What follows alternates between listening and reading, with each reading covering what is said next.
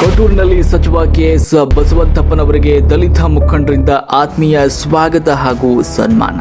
ಕೊಟ್ಟೂರು ಪಟ್ಟಣದ doctor B R Ambedkar ನಗರದಲ್ಲಿ ಬಂದರು ಮತ್ತು ಮೀನುಗಾರಿಕೆ ಹಾಗೂ ಮುಜರಾಯಿ ಸಚಿವರು ಹಾಗೂ ವಿಜಯನಗರ ಜಿಲ್ಲಾ ಉಸ್ತುವಾರಿ ಸಚಿವರಾದ ಕೆಎಸ್ ಬಸವಂತಪ್ಪನವರನ್ನ ದಲಿತ ಮುಖಂಡರು, ಯುವಕರು ಹಾಗೂ ಮಹಿಳೆಯರು ಆತ್ಮೀಯವಾಗಿ ಬರಮಾಡಿಕೊಂಡು ಶುಭವನ್ನ ಕೋರಿದರು. ಪಟ್ಟಣಕ್ಕೆ ಆಗಮಿಸಿದ ನೂತನ ಸಚಿವರಿಗೆ ಅಂಬೇಡ್ಕರ್ ನಗರದ ಮುಖಂಡರು ಬೃಹತ್ ಹೂಮಾಲೆ ಹಾಕಿ ಸನ್ಮಾನಿಸಿ ಅಭಿನಂದನೆಯನ್ನ ಸಲ್ಲಿಸಿದರು. ಜಿಲ್ಲೆಯ ಸಮಗ್ರ ಅಭಿವೃದ್ಧಿಯ ಜನತೆಗೆ ದಲಿತರು, ಹಿಂದುಳಿದ ವರ್ಗಗಳ ಏಳಿಗೆಗೆ ಶ್ರಮಿಸುವಂತೆ ಈ ಸಂದರ್ಭದಲ್ಲಿ ಸಚಿವರಿಗೆ ಮನವಿ ಮಾಡಲಾಯಿತು.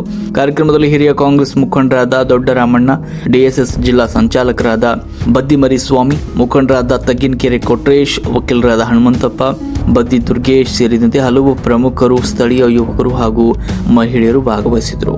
ವರದಿ ಪ್ರದೀಪ್ ಕುಮಾರ್, ಕೊಟ್ಟೂರು.